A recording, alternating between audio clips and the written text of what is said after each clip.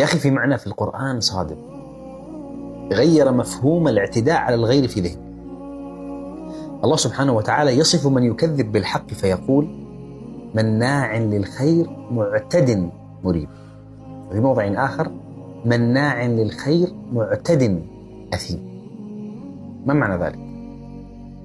يأتيك أحدهم فيقول والله يا أخي صاحبنا الفلاني يمر بضائقة، خلينا نقف معه، فترد لا ما يحتاج، خليه، هو ما شاء الله عليه يستطيع يدبر نفسه، يساعد نفسه. هذه الجملة التي قلتها ربما على عجل هي اعتداء على أخيك في ميزان الله، أنت اعتديت عليه لأنك منعت عنه الخير.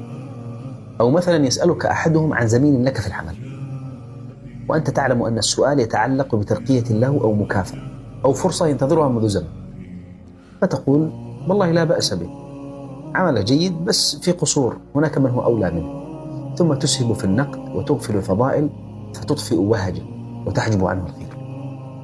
اعتديت عليه لا بيد ولا بلسان فاحش، بل بكلمة ظاهرها النصح وباطنها الحسد، منعت عنه الخير. يذكر أحدهم في مجلس فيثني الناس عليه وعلى تميزه، فتجد في نفسك شيئا فتقول يعني أنتم لا تعرفون، لو علمتم ما أعلم لما مدحتم.